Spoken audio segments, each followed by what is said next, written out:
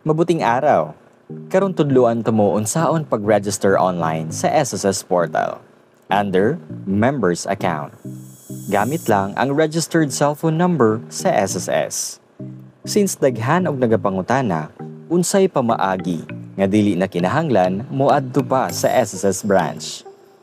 Aduna lamang 10 ka steps sa pag-set up sa SSS portal under Members Account. Step number 1. I-search or type lang sa Google Chrome ang member.sss.gov.ph or sa my.sss.account. Step number 2. I-click lang ang registered button. And for step number 3, basahon usa ang reminders.